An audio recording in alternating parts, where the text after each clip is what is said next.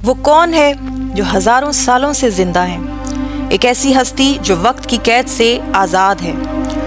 قرآن پاک کے الفاظ کے مطابق ہمارے بندوں میں سے ایک بندہ، اور پھر اللہ نے اپنے نبی سے کہا، میرے اس بندے کے پاس جاؤ اور صبر کے ساتھ اس سے علم سیکھو۔ جی ہاں دوستو، پوری قرآنی تاریخ میں سب سے مسٹیریس کردار حضرت خضر علیہ السلام، جنہیں اللہ نے اپنا خاص علم عطا فرمایا جو ہر کسی کو نہیں دیا جاتا۔ دوستو، یہ واقعہ ہے اس وقت کا جب بنی اسرائیل مصر اور فلسطین کے علاقوں میں رہتے تھے، اور یہ موسیٰ علیہ السلام کا زمانہ تھا۔ ایک دن اللہ نے اپنے نبی سے فرمایا کہ اے موسیٰ، میرے بندوں میں سے ایک بندہ ایسا ہے جس کے پاس علم ہے، اس کی تلاش کرو اور صبر کے ساتھ سیکھو۔ پھر اللہ نے فرمایا، ایک مچھلی لو اور سمندر کے کنارے جاؤ، وہ مچھلی تمہارے لیے نشانی بن کر اس بندے تک لے کر جائے گی۔ یہ دو سمندروں کے ملنے کی جگہ ہوگی، اور پھر یہاں سے اس سفر کا آغاز ہوا جو علم اور راز کا سفر تھا۔ موسیٰ علیہ السلام کے ساتھ ان کا ایک نوجوان ساتھی بھی تھا جنہیں یوشع بن نون کہا جاتا ہے، اور روایات کے مطابق وہی موسیٰ علیہ السلام کے ہم سفر بھی تھے۔ پھر موسیٰ علیہ السلام نے فرمایا، میں چلتا رہوں گا برسوں جب تک کہ اپنی منزل تک نہ پہنچ جاؤں۔ اور پھر ایک دن وہ جگہ آ گئی جہاں دو سمندر ملتے ہیں، مجمع البحرین، اور پھر اس مچھلی نے سمندر میں اپنا راستہ بنا لیا عجیب طریقے سے اور پانی میں کود گئی۔ حضرت یوشع نے یہ دیکھا لیکن موسیٰ علیہ السلام سے ذکر کرنا بھول گئے۔ جب آگے چل کر موسیٰ علیہ السلام کو بھوک لگی تو انہوں نے اپنے ساتھی سے مچھلی کے بارے میں پوچھا، تو انہوں نے بتایا کہ یا موسیٰ، جب ہم اس چٹان کے پاس رکے تھے تو مچھلی زندہ ہو کر سمندر میں چلی گئی، اور یہ بات میں بھول گیا۔ موسیٰ علیہ السلام نے فرمایا، یہی تو وہ جگہ ہے جس کی مجھے تلاش تھی، اور پھر وہ دونوں واپس اس جگہ کی طرف لوٹے جہاں ان کی ملاقات ہوئی حضرت خضر علیہ السلام سے۔ دوستو، حضرت خضر کا نام قرآن پاک میں کہیں بھی مینشن نہیں کیا گیا۔ یہ نام ہمیں احادیث اور تفاسیر کی کتابوں سے ملتا ہے، یعنی قرآن پاک نے نام کو نہیں بلکہ ان کے علم اور مرتبے کو ہائی لائٹ کیا۔ اور پھر موسیٰ علیہ السلام نے حضرت خضر سے فرمایا کہ کیا اس سفر میں آپ کے ساتھ چل سکتا ہوں، تاکہ جو علم اللہ نے آپ کو عطا فرمایا ہے اس میں سے کچھ علم میں بھی سیکھ سکوں۔ تو حضرت خضر نے کہا کہ اے موسیٰ، آپ میرے ساتھ صبر نہیں کر سکیں گے، اور جو بات آپ جانتے نہیں اس پر کیسے صبر کریں گے؟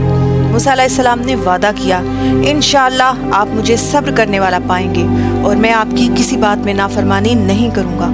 اور پھر یہاں سے شروع ہوا ایسا سفر جو دنیا کی تاریخ کا سب سے حیرت انگیز سفر تھا، اور جہاں صبر سب سے بڑا امتحان بننے والا تھا۔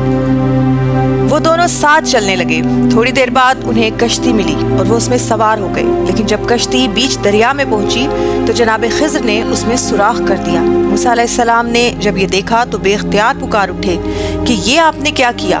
کشتی میں سوراخ کر دیا تاکہ لوگ ڈوب جائیں، یہ تو آپ نے بڑی عجیب حرکت کی ہے۔ حضرت خضر نے کہا، کیا میں نے نہیں کہا تھا کہ آپ میرے ساتھ صبر نہیں کر پائیں گے؟ موسیٰ علیہ السلام نے معذرت کی اور کہا، میرے معاملے میں سختی نہ کیجیے گا۔ پھر جب کشتی کنارے پر لگی تو وہ دونوں ایک گاؤں کی طرف چل پڑے۔ وہاں بچے کھیل رہے تھے۔ خضر علیہ السلام نے ان میں سے ایک بچے کو دیکھا، ایک لمحے کے لیے اس پر غور کیا، اور پھر اچانک اس کی جان لے لی۔ یہ دیکھ کر موسیٰ علیہ السلام نے حیرت سے کہا، یہ آپ نے کیا کیا؟ ایک بے گناہ کی جان لے لی، یہ تو ظلم ہے۔ جناب خضر نے جواب دیا، میں نے پہلے ہی آپ سے کہا تھا کہ آپ صبر نہیں کر پائیں گے۔ موسیٰ علیہ السلام نے پھر معذرت کی اور کہنے لگے، اب اگر میں کوئی سوال کروں تو آپ مجھے نہ رکھیے گا اپنے ساتھ۔ اور پھر وہ دونوں آگے بڑھے اور پھر ایک ایسے گاؤں میں پہنچے جہاں کے لوگ بہت سخت دل تھے۔ انہوں نے لوگوں سے کہا، ہم مسافر ہیں، یہاں کچھ کھانے کے لیے ملے گا، مگر ان لوگوں نے صاف انکار کر دیا۔ وہاں پر حضرت خضر نے ایک ٹوٹی ہوئی دیوار دیکھی جو کسی بھی وقت گر سکتی تھی، اور پھر انہوں نے اس دیوار کو ٹھیک کر دیا تاکہ وہ گرے نہیں۔ موسیٰ علیہ السلام پھر صبر نہ کر سکے اور کہنے لگے، اگر آپ چاہتے تو ان سے اس کام کی اجرت لے سکتے تھے۔ حضرت خضر نے کہا، بس ہے موسیٰ، اب ہمارے درمیان جدائی ہے، اب میرے اور آپ کے راستے الگ ہیں، اور میں اب آپ کو وہ ساری حقیقت بتاؤں گا جن پر آپ صبر نہ کر سکیں۔ وہ کشتی چند غریب مزدوروں کی روزی تھی۔ آگے ایک ظالم بادشاہ تھا جو ہر اچھی کشتی کو چھین لیتا تھا۔ اگر میں اس کشتی کو عیبدار نہ بناتا تو وہ بادشاہ ان سے چھین لیتا اور ان کا روزی کمانے کا ذریعہ ختم ہو جاتا۔ ذرا سوچئے، جو ظلم لگ رہا تھا اصل میں وہ رحمت تھی۔ پھر خضر علیہ السلام نے فرمایا وہ بچہ اس کے ماں باپ مومن اور نیک تھے، اللہ نے مجھے دکھا دیا تھا کہ وہ بچہ بڑا ہو کر کفر اور سرکشی کی طرف جائے گا، اور اللہ نے چاہا کہ انہیں ایسی اولاد ملے جو ایمان والی ہو اور ان کے لیے رحمت بنے۔ اللہ کی قدرت وہ انجام دیکھتا ہے جو ہم نہیں جانتے۔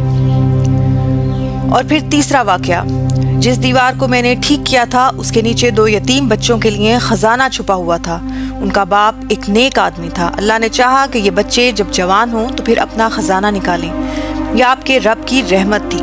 اور پھر خضر علیہ السلام نے فرمایا یہ سب اللہ کے حکم سے تھا، یہ میں نے اپنی مرضی سے نہیں کیا۔ دوستو، قرآن مجید کی سورہ کہف میں 65 سے 82 یہ پورا واقعہ اللہ نے خود بیان فرمایا ہے۔ دوستو، یہ واقعہ ہمیں بتاتا ہے کہ اللہ کی تدبیر ہمیشہ ہماری سوچ سے بہتر ہوتی ہے۔ ہر مصیبت میں ایک راز ہے، ہر بند دروازے کے پیچھے کوئی نہ کوئی راہ کھلی ہوتی ہے۔ دوستو، اگر آپ اس طرح کی اسلامک ہسٹری سے ریلیٹڈ ویڈیوز دیکھنا چاہتے ہیں تو ویڈیو کو لائک کریں اور چینل کو سبسکرائب، تاکہ آپ ایسی ہی انٹرسٹنگ اینڈ انفارمیٹیو ویڈیوز دیکھتے رہیں۔